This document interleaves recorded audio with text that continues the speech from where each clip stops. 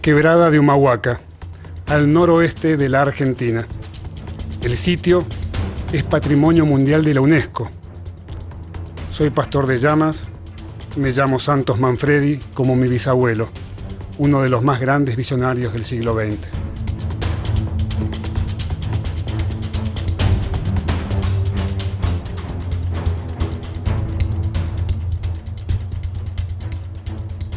Con Clarita y Ana, mis dos hijas, bordeamos el camino de los incas, el camino sagrado de los incas, para llegar a Tilcara, nuestro pequeño pueblo indígena emplazado en lo alto de la cordillera, a 2.500 metros de altura.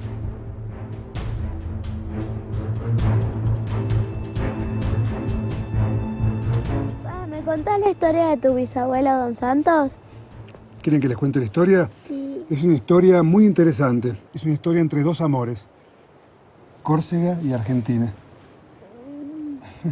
¿Quieren que les cuente en serio? Bueno.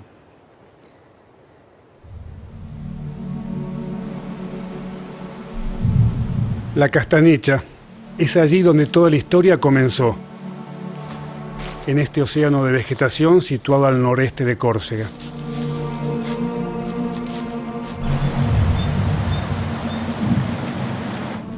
A comienzos del siglo XIX, mis antepasados originarios de Calabria llegaron aquí, en esta casa, en el corazón de la Pieve d'Oreza.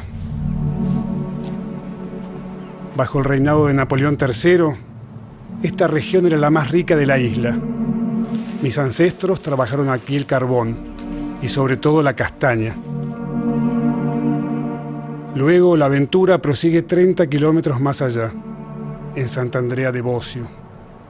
Allí Joseph, mi bisabuelo, conoce a Antoniette, se casan y más tarde, en la primavera de 1867... Esta es la casa donde nació Toussaint Manfredi, tu bisabuelo. Su padre fue un humilde herrero y su madre, Simoní, fue una mujer muy laboriosa. El 27 de abril es una fecha digna de recordarse. Toussaint es el tercer hijo de la pareja. Muy pronto el niño demuestra su capacidad intelectual. Deja su familia a los 7 años. Para retomar su rastro, sigo el camino a la ciudad de Corte, capital histórica de Córcega. Allí me encuentro con mi primo Daniel, el sobrino nieto de mi bisabuelo, por sí solo una fuente de información. Daniel insistió en mostrarme el seminario donde Toussaint siguió desde muy temprano una formación para llegar a ser cura. Impregnado por la fe, el adolescente se reencontró finalmente con sus padres en Corte. Estamos en el barrio de Lubiache. En 1879 representaba el centro histórico de Corte. La familia Manfredi llegó de Santa Andrea de Bossiou con el objetivo de crear aquí, justo al lado, en la Plaza Paoli, un almacén y una herrería. ¿Y el Santos lo ayudaba? No. Santos era un intelectual, iba a la escuela, sabía escribir. ¿Será que puedo llevarme una piedra de la casa? Sí, adelante, como en tu casa. Todo. Un recuerdo de la casa de mi gran abuelo. Fortuna. Gracias. Chicago, su ferrocarril, su mercado floreciente de la madera.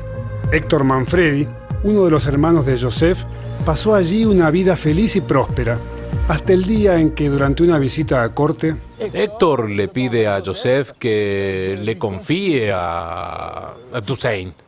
A los 14 años parte con su tío a Chicago. Ya se muestra una persona generosa, de un estilo Boy Scout que presta y da, nada mezquino. Verás, él no es un caimán. Él no quiere comerse a nadie. Quiere formarse y hacer negocios de manera leal. Para instruirse, Toussaint acompaña a su tío a Chicago. Allí permanecerá 3 años. Luego Valparaíso.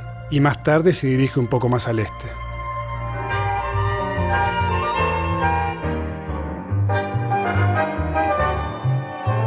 Un difícil paso por el Cabo de Hornos, ascenso desde el mar Austral. Amontonado sobre la cubierta, el viaje se hace interminable y fastidioso. Finalmente, el puerto de Buenos Aires.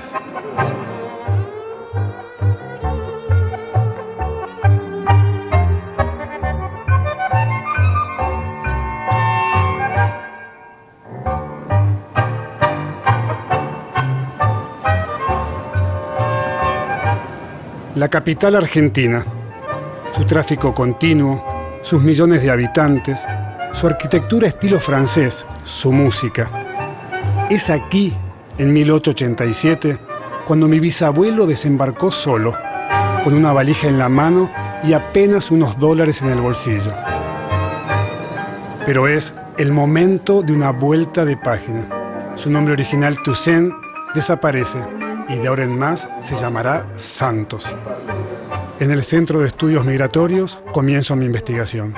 Llegan al puerto de Buenos Aires y después... Los que van al hotel de inmigrantes van a ese viejo edificio de la Rotonda que estaba en Retiro, que era en realidad un edificio que había sido utilizado para la proyección de lo que se llamaban panoramas, que son diapositivas que se proyectaban en varias paredes a la vez, por eso tiene esa forma octogonal. Es un lugar de madera, bastante sucio, incómodo, pero por el cual pasaron muchos de nuestros antepasados. Alicia, vienen de Europa y se encuentran con Argentina. ¿Cómo es esta noción de espacio? Estás hablando de gente que estaba acostumbrada a caminar 5 kilómetros y cambiar de pueblo. O sea, en 5 kilómetros estaba en el pueblo vecino. Acá se baja del puerto en la ciudad de Buenos Aires, camina 5 kilómetros y llegó a lo que es el barrio de Caballito, que por ese entonces era campo, pero no era ni lejos otro pueblo, ¿no? Entonces, esa dimensión extendida y chata, que es la Pampa, los va a perturbar, los va, digamos, a descolocar un poco, ¿no? ¿Es un periodo favorable para la gente, para hacer la América aquí en Argentina? Es un buen momento para llegar porque está organizándose la provincia de Santa Fe, por ejemplo. El ferrocarril está llegando cada vez más lejos. Ahí donde llega el ferrocarril hay loteos y la gente tiene la oportunidad de conseguir tierras y todavía pueden conseguir tierras buenas en condiciones accesibles para los inmigrantes. Dejé Buenos Aires y sus tentáculos gigantes por el aroma del campo, la calma y la serenidad. Mi destino, San José de la Esquina, una pequeña localidad de 8.000 habitantes ubicada a 60 kilómetros de Rosario.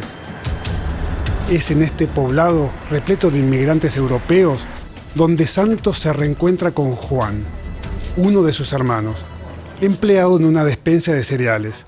Como buen autodidacta, mi bisabuelo se convierte en el contador de este negocio. El día que cumple 23 años, en esta iglesia se casa con Severa, unión de la que nacieron 7 hijos.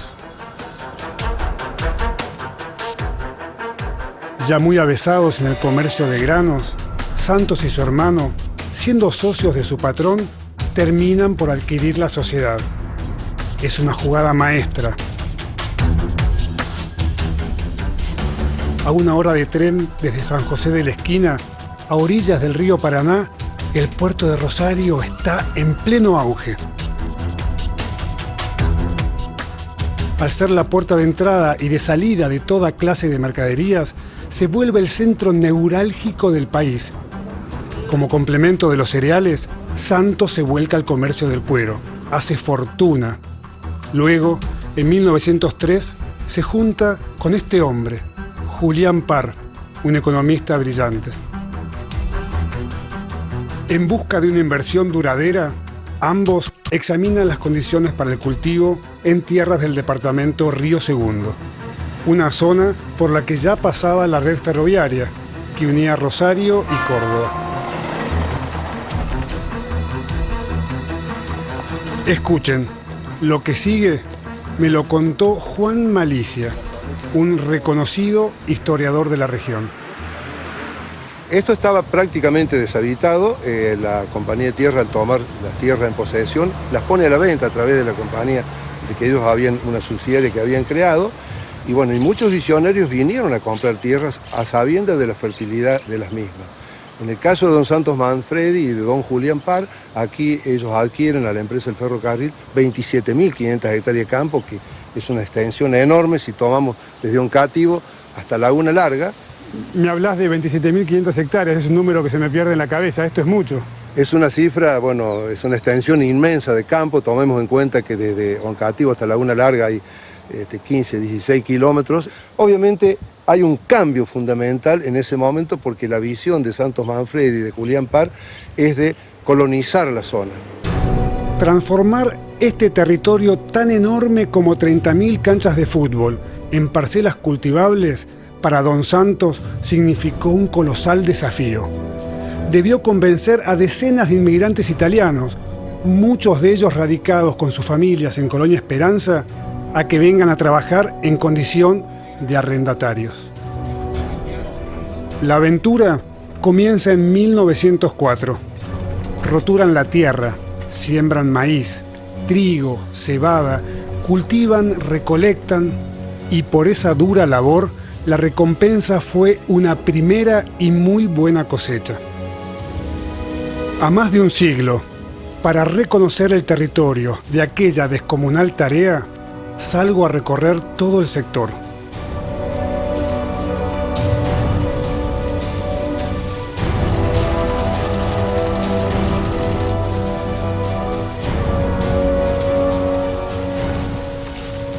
Ahora vemos este mar de trigo, pero me imagino en 1903, 1908, un panorama totalmente diferente. ¿Cómo era el negocio entre don Santos, propietario, y el colono que venía a trabajar? Se hacía un contrato de alquiler y el arrendamiento generalmente era aproximadamente del 35%. Lo que sí se exigía era entregar el cereal puesto en el depósito del dueño de la cerealera del pueblo, en este caso en Oncativo, en 1890 ya había una cerealera, que en realidad se depositaba en lo que nosotros llamamos el campo de la estación del ferrocarril, porque era un predio amplio, y se depositaba a granel y a la intemperie.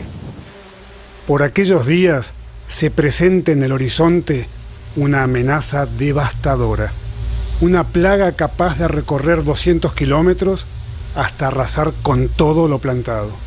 Entre las cosas que tuvo que soportar el hombre, me hablaste de la langosta. ¿Cómo se pudo parar este flagelo? No, obviamente puso manos a la obra, como solemos decir. ¿Por qué? Porque mientras él esperaba que el Estado le enviara la chapa barrera y no llegaban, él compró 50.000 metros de chapa, barrera, los clavos, y proveía también de lanzallamas, el aparato que se usaba para quemar a la langosta, a sus colonos. De esta manera, la región continuó con la producción. Esto fue determinante en esos años para los rindes de la cosecha en esta zona. Y sí, fue bastante determinante a tal punto que nosotros tenemos que años después la cosecha de maíz de la zona, de acuerdo a la cantidad de hectáreas sembradas, fue récord nacional. El rinde fue satisfactorio, pero la recuperación de la inversión se hace esperar. En 1908, Santos aporta la solución al crear en Rosario el primer índice bursátil consagrado a los cereales, así como un centro de corretaje y una cámara arbitral. Fue la Bolsa de Rosario el segundo lugar financiero en el mundo para el negocio de los cereales. Allí intenté seguir la pista junto a mi hermana Virginia, que me acompañó para la ocasión. Vuelvo al pasado con un guiño del presidente de los corredores de bolsa. Bueno, vengan por acá, si les muestro el primer acta que fue en la fundación del Centro de Corredores el 3 de noviembre de 1908, y acá está la firma de Santos Manfredi. Alrededor de nuestro bisabuelo, los brokers de cereales pasan sus órdenes a mano alzada y a viva voz. Gracias a una mayor transparencia, se desata la fiebre de la bolsa. Pionero del sistema, Santos dispone a partir de allí de una gran confianza en el mercado financiero. Nos encontramos hoy en el recinto de operadores de la bolsa, con un célebre historiador argentino.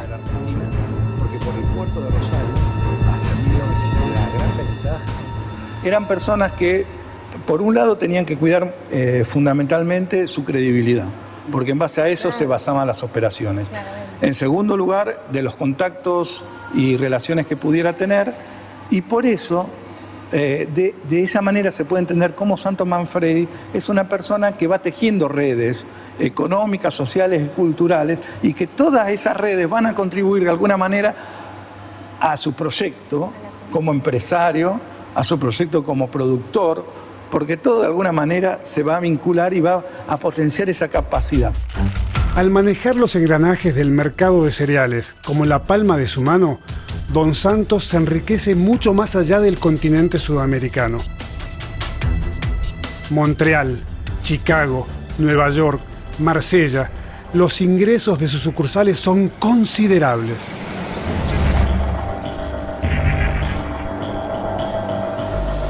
Campos de maíz interminables.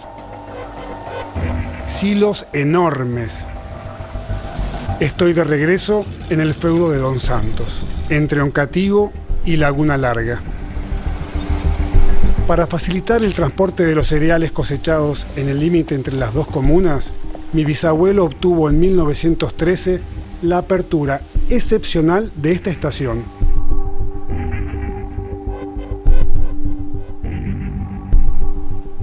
En su interior, objetos del pasado, testigos preciosos de su vida y del tiempo que pasa. Santos Manfredi pide la apertura de esta estación. El ingeniero Escauriza viene a hacer un relevamiento, determina el punto de la estación y se lo autoriza a que le dé apertura. ¿Esto era algo común? ¿Es algo que se hacía normalmente? Si alguien pedía, venían, miraban... No, no era común. Hubo 2 casos únicamente de la línea de Rosario a Córdoba que se hicieron 2 estaciones. Una es vecino Oncativo, una población que se llama Oliva, y la estación que pide tu bisabuelo Santos Manfredi. Fueron autorizadas. Pero si no, no era común. Ya estaban determinadas cada 16 kilómetros o 18 kilómetros. Pero alrededor de una estación se genera toda una cantidad de vida. Se generó incluso la vida del país. En esta línea de Rosario a Córdoba, alrededor de las estaciones nacieron casi todos los pueblos. Son muy contados los que ya estaban como población, pero la mayoría de los que el ferrocarril se propuso lo logró. Y en este caso, la visión de un hombre como Santos Manfredi permitió el desarrollo, ampliar el desarrollo de esta región. Luego de la estación, Santos se empeña en la fundación de una nueva comuna. Escuadras, compases, mosaicos. Don Santos utiliza los símbolos de la masonería para esbozar él mismo la traza de la futura aldea. En 1914, el proyecto se concreta. La provincia de Córdoba le atribuye a la localidad el nombre precisamente de Manfredi. Don Santos hizo construir La Virginia, una casa de estilo normando con cancha de golf y pista de aterrizaje. Su arquitectura y decoración de interiores son muy vanguardistas para la época.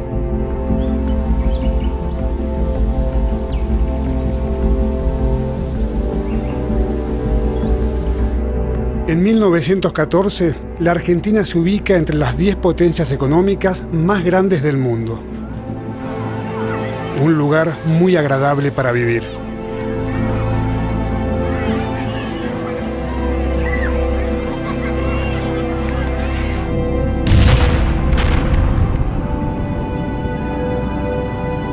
Lejos de permanecer pasivo ante el naufragio de Europa, Don Santos está conmocionado por los horrores de la guerra. Los campos franceses están devastados, la población está famélica.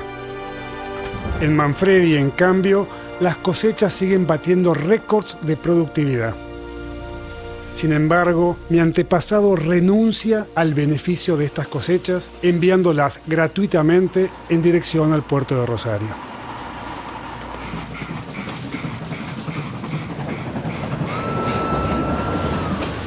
Los cereales se embarcan en buques de carga fletados por los Estados Unidos y se envían a los puertos de Marsella y Londres. Esta ayuda a Francia y sus aliados durará ininterrumpidamente durante 4 años.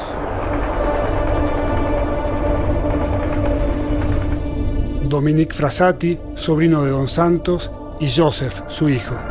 Estamos un siglo después en Córcega. Estás aquí en esta vida gracias a Don Santos. Sí. Es verdad, voy a darte la razón. Cuando su padre regresó de la Primera Guerra Mundial, con los pulmones contaminados por el gas de los alemanes y casi ciego, Santos estaba en Córcega, en Corté, y decidió encargarse de mi padre. Lo llevó con él a la Argentina, primero a Rosario, y después a Córdoba. Santos hizo que lo curen. Con los ojos vendados, mi padre estuvo 6 meses en el hospital. Milagrosamente salió curado. En ese momento, Santos le pidió que pase rápidamente por su oficina. Mi padre me lo contó con una gran sonrisa. Santos tenía una gran afición. Le muestra un mapa enorme para sorpresa de mi padre, con una caña le señala un gran rectángulo de color, señala hacia arriba y le dice: mira, Dominique, vas a tener esto bajo tu responsabilidad. Son campos de trigo, los tuyos, los vas a administrar. Mi padre quedó muy sorprendido y le responde: no, tío, yo no soy capaz. No es mi rubro. Santos le dice: quédate tranquilo, no tengas miedo, vas a tener técnicos que te ayuden, no vas a estar solo. Mi padre le responde: no, tío, no. Entonces, muy sorprendido, Santos le pregunta: pero, ¿qué es lo que querés? Él responde: no, yo quiero seguir mi pasión, soy un artista y pintor, quiero volver a Francia, me gustaría estudiar Bellas Artes en París. Dominique, un sobreviviente de la guerra, se perfecciona en su arte. Escenas del género costumbrista, paisajes y sobre todo retratos componen su estilo. Sus pinturas logran un éxito rotundo en toda Europa y en África del Norte. Gracias a Don Santos, será uno de los pintores corsos más talentosos y conocidos del siglo XX. Miren, chicas, su lema era: quien cree en Dios ayuda a los pobres. ¿Y esa moneda te la dio él? No personalmente, pero pude ver su obra, sobre todo en Corte, la ciudad que lo vio crecer. Hay un montón de cosas. Mira, por ejemplo...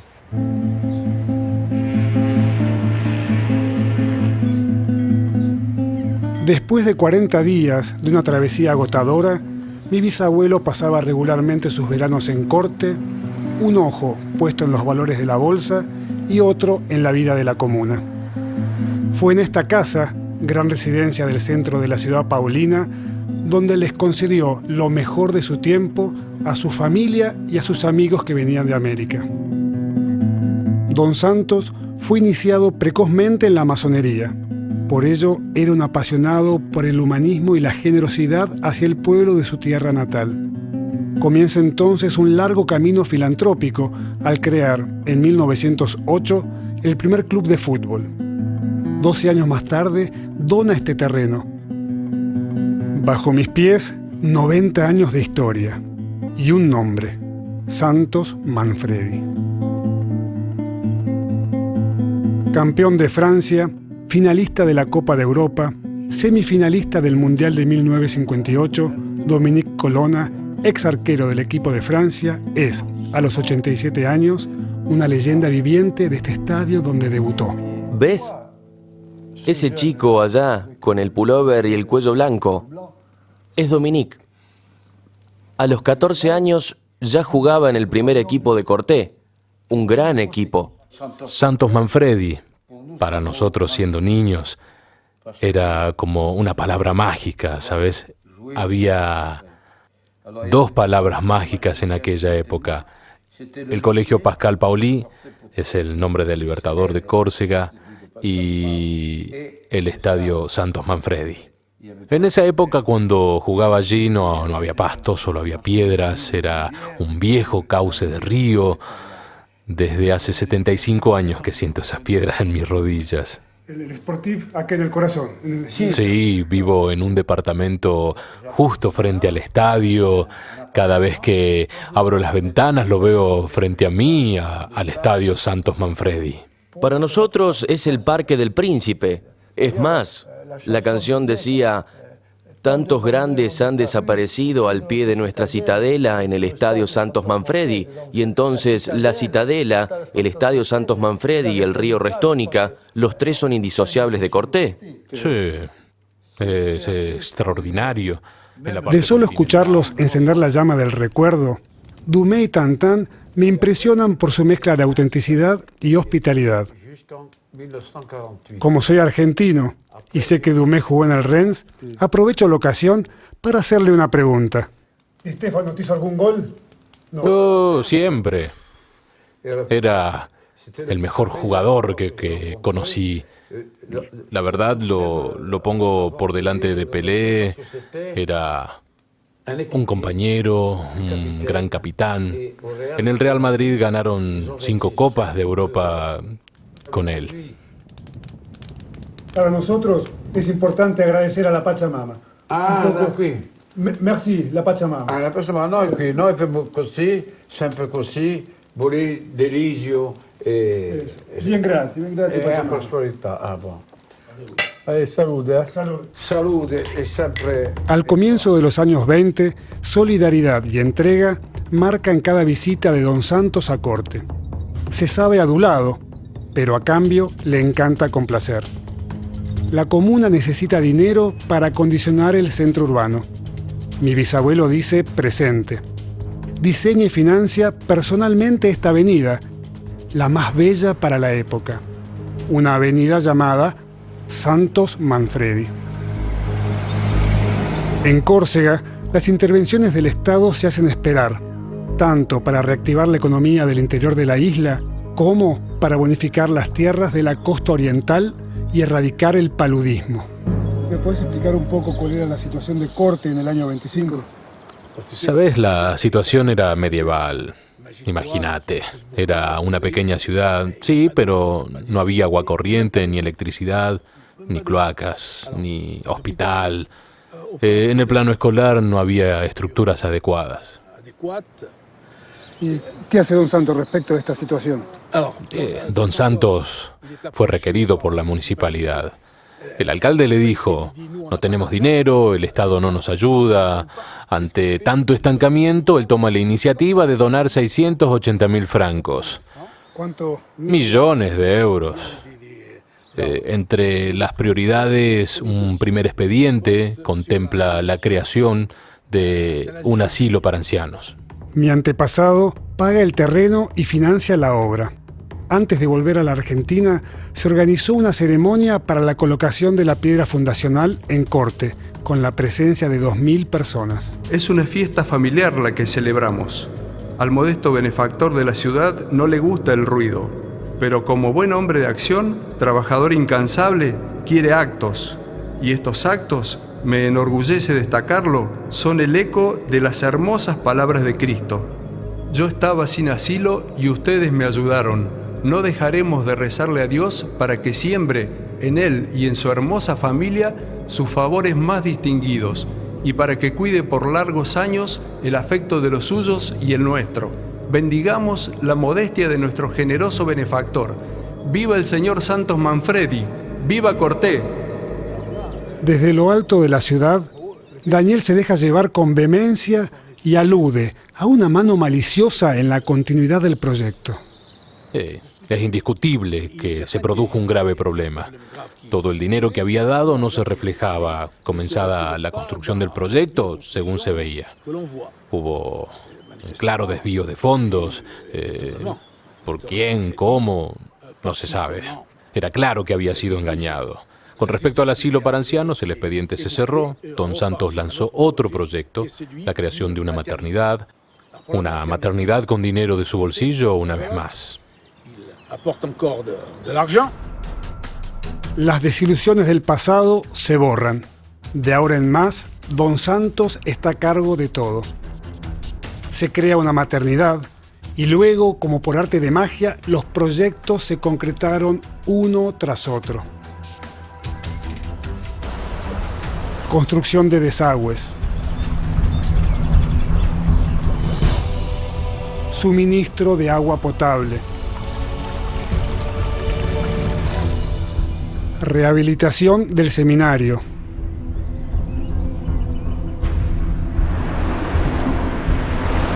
creación de un internado en el Colegio Pascal Pauli, acondicionamiento de un camino turístico que lleva a la garganta de Tavignano y más aún, construcción en la prolongación de la avenida que lleva su nombre del monumento a los muertos dedicado a las víctimas del 14.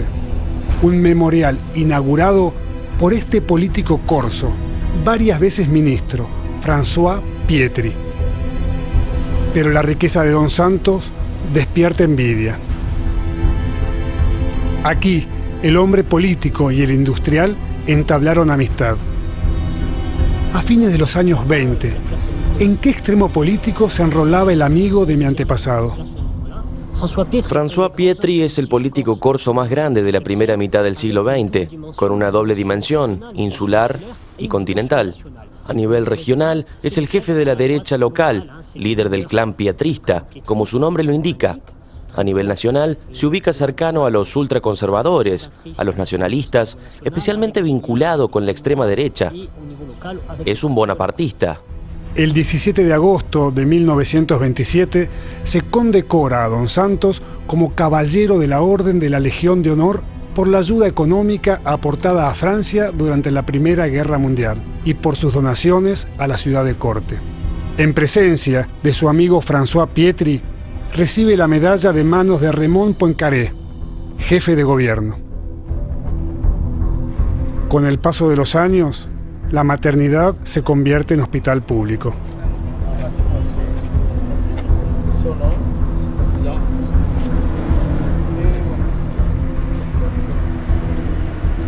Estamos llegando a una de las mayores obras de Don Santos, el Hospital de Corte. Es la primera vez que veo el nombre de Santos Manfredi aquí en Corte. Muy grande, increíble. Aquí viene mucha gente de la región de Corte. Buongiorno. Vi presento Santos Manfredi, un violino di quello da Palazzo Spiale. Quando vuoi, Anne, vous embrasse. Félicitations. Muchas gracias. Vous devez être heureux, hein? Scusate. Don Santos aveva 7 violi, ma era di una famiglia di 11, un più giovane di Raello. E quando è partito in America aveva 14 anni. Io lo c'ho in corti. Era tanto mio. Così si di casa a servono a saludare. Bene buono, per questo io. Je ne parle pas français. Quand tu parles de Corse, je comprends. Oui, Corse, oui. Ma parla delle corse. Parla delle corse che capisce. I ziddi non corta a scuola. Non mica soli. I nostri parenti non erano mica soli, ci mandavano gli stessi a scuola. Allora girano 50 franchi, 10 franchi, 75 franchi. Debe haber querido mucho a su tierra natal para ayudarla tanto. Sí, a su tierra natal seguro, pero acá también ayudó. ¿Se acuerdan de Rosario? Mirá. Un siglo después de haberse liberado de la colonización española, la Argentina independiente se convirtió en un país rico, pero la falta de representación cultural gala es notoria. En Rosario, Don Santos es consciente de ello y participa en la creación de la Alianza Francesa. Excepto el fútbol, las demás disciplinas deportivas padecen de un déficit para desarrollarse. Con sus amigos de la Bolsa, Don Santos crea el Jockey Club de la ciudad, así como también este club de pelota vasca.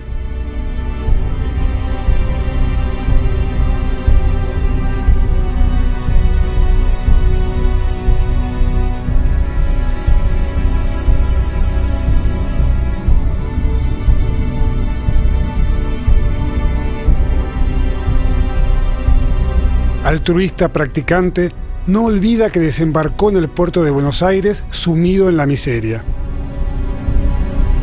Desde su oficina del primer piso de este inmueble contiguo a la Bolsa, crea el Rotary Club de Rosario, el segundo del país. Jueves 24 de octubre de 1929. Los principales mercados bursátiles mundiales se desmoronan y arrastran con su caída la economía de los países ricos.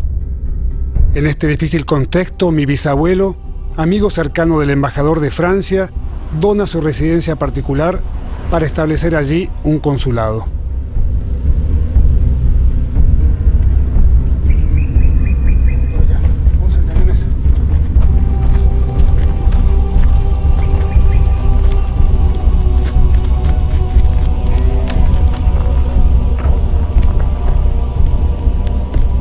Papá, ¿por qué la estancia de Manfredi se llama La Virginia? Virginia era la hija mayor de Don Santo. Y tanto ella como mi abuelo Santín vivieron ahí en la estancia de La Virginia, que era un lugar bárbaro, muy lindo. Ahí Don Santo fue un gran benefactor también, no solamente para el país, sino también para la gente que vivía. Mira.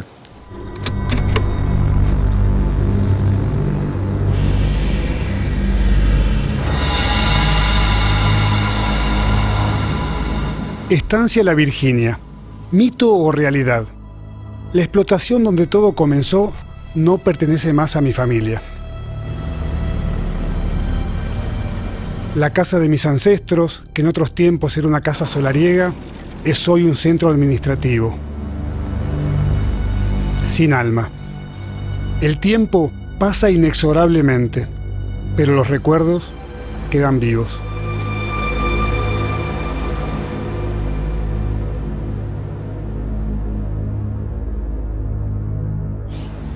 La degradación del lugar es real. Los hombres no se preocupan por ello, pero una larga historia familiar no puede borrarse fácilmente.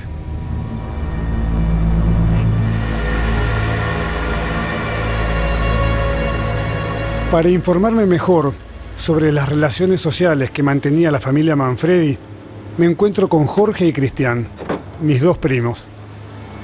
Ambos prometieron llevarme con el último guardián de la memoria de nuestro bisabuelo.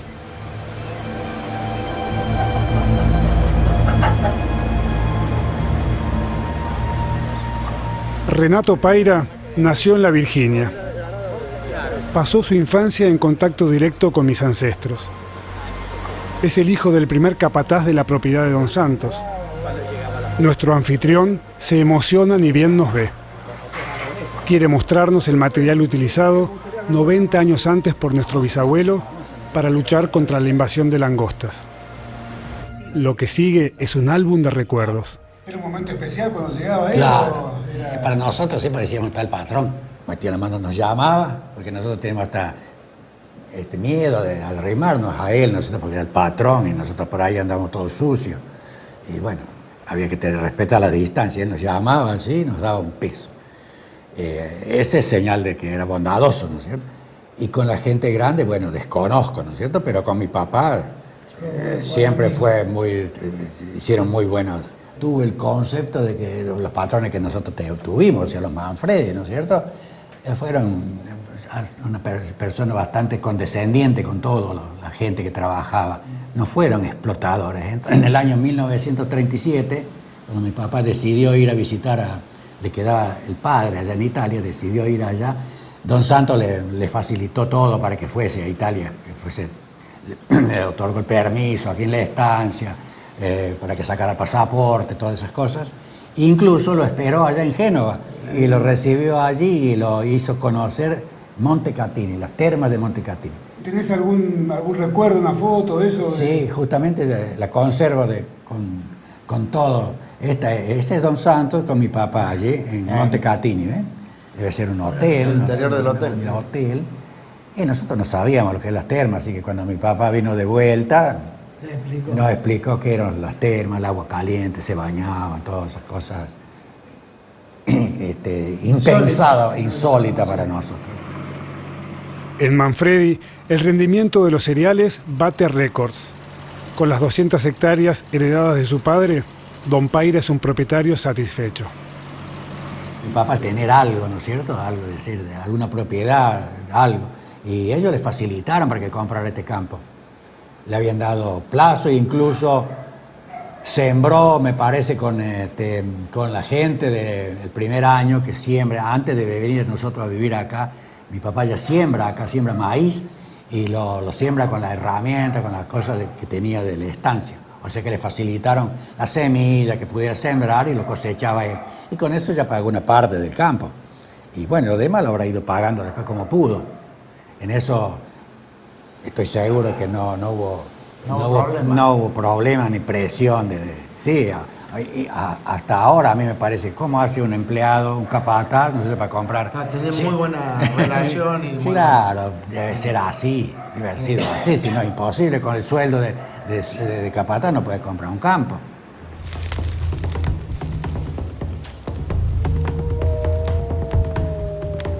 Papá, ¿y después qué pasó? Y después vino la guerra, la Segunda Guerra Mundial. La Segunda Guerra Mundial cambió todo, en Europa y en Argentina. Mira.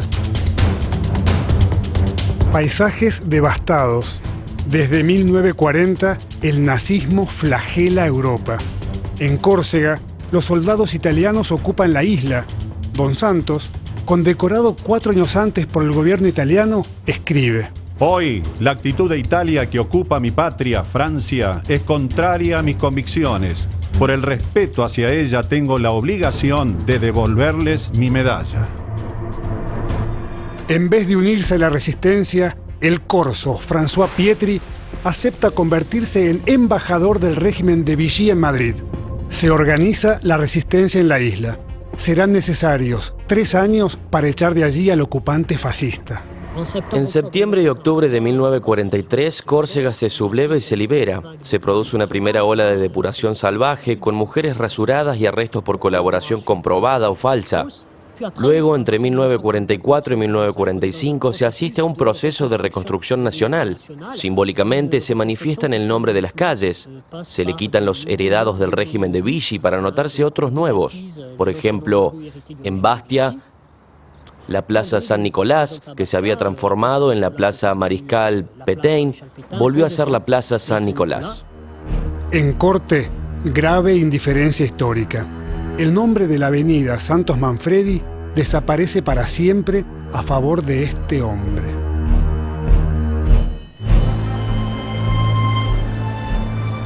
¿Por qué el general de Gaulle? Lamentablemente, el nombre del héroe local, Santos Manfredi, será borrado por el de General de Gaulle, ya que a partir de 1941 la opinión pública conoce al General de Gaulle. Existe un profundo arraigo con la figura del general en Córcega, aún más intensa que en el continente. ¿Sabes? Él personifica en aquella época esa unión que se logró en el seno de la nación, liberada, digamos. En Argentina, los reclamos sociales y obreros se vuelven intensos. Ayudado por las clases populares, el general Perón se opone a una parte de los militares sostenidos por los grandes propietarios terratenientes, entre los cuales se encontraba mi bisabuelo. El 24 de febrero de 1946, Perón gana las elecciones presidenciales. Se lo amenaza a Santos Manfredi con expropiarle sus tierras. Se resiste a ello con vigor. 5 años más tarde, el señor de los cereales muere de un paro cardíaco en un hospital de Rosario. 7.000 personas lo acompañan hasta su última morada. Bueno, chicas, ¿les gustó la historia? Sí. Bueno, miren, atrás de esa montaña, para allá queda Córcega. Podríamos decir que la historia terminó porque don Santos murió cuando era muy viejito, tenía 84 años. Pero hoy la historia de don Santos sigue viva. Solo con el pasado se construye el futuro, escribía Anatole France, el escritor que recorrió Argentina en la época de mi bisabuelo. Con sus explotaciones de maíz, trigo, sorgo, girasol y sobre todo de soja, la Argentina se convirtió con el correr del tiempo en el tercer país exportador mundial de cereales.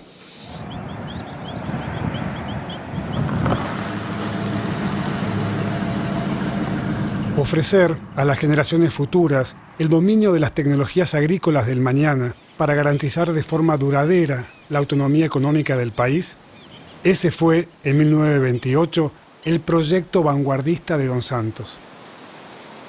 Él le donó a la nación argentina 100 hectáreas. Las primeras experimentaciones sobre el maíz y el trigo se realizaron allí, y los objetivos se alcanzaron rápidamente. 87 años después, esa apuesta inicial se cumplió. La experimental recibe pasantes, alumnos universitarios que vienen a capacitarse por 3, por 4, por 5 meses. A nivel nacional, esto es importante, el INTA Manfredi, ¿cómo estamos a nivel nacional? Sí, a nivel nacional, digamos que es una de las experimentales más importantes del país, y en esta experimental vamos a ver que se sigue trabajando con cultivos tan importantes como es el maíz, girasol, soja, trigo. De acá surgen de la investigación y la producción, digamos, cosas tan importantes como, por ejemplo, todo lo que es el área de mejoramiento de alfalfa. Es el único lugar del país donde se hace, ¿no es cierto? Y toda la alfalfa que se produce en el país, digamos, las semillas salen de la investigación genética que se hace acá en la experimental, ¿no? Y bueno, no solamente, digamos, tiene trascendencia nacional, sino que también tiene trascendencia internacional en otros países, ¿no? Dejo el mundo de la ciencia y los laboratorios para encontrarme 2 kilómetros más allá con los descendientes de mi bisabuelo, reunidos delante del chalet familiar legado tras su muerte al Ministerio de Agricultura. En el aire flota una fragancia de libertad y de nostalgia. En medio siglo, los hijos y nietos de Don Santos dilapidaron su inmensa fortuna. Eso no importa. Hoy estamos orgullosos de celebrar con total sencillez los 100 años de la comuna que lleva el nombre de nuestro antepasado Corso. Herederos de su visión del mundo y de su filosofía de vida, nos esforzamos por transmitir a nuestros hijos los valores que él cultivaba. El respeto por el otro, la tolerancia, la generosidad y la abnegación por el trabajo.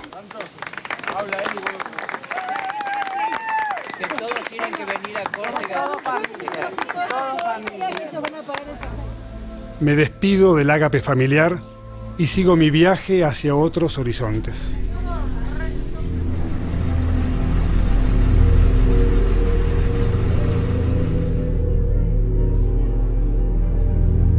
Este monumento gigantesco que se erige delante de mí y que veneran millones de argentinos cada año durante las fiestas patrias es el Monumento a la Bandera.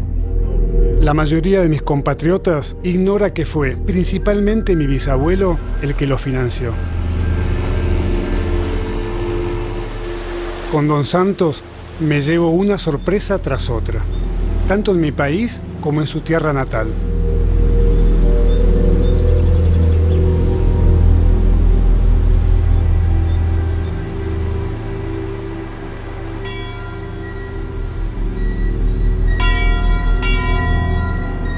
Si hay algo que me obsesiona y que me une a él, es su nombre, que se transmite de generación en generación.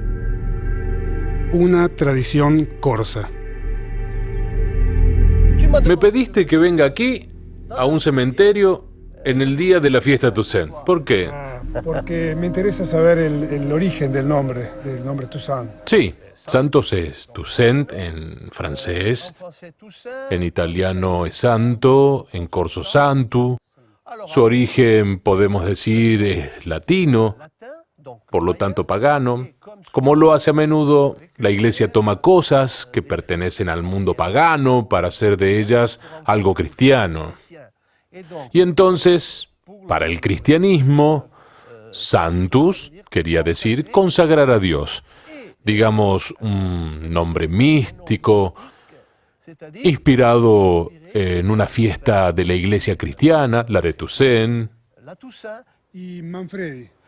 Manfredi, en su origen, como todos los nombres germánicos, se componían de 2 partes.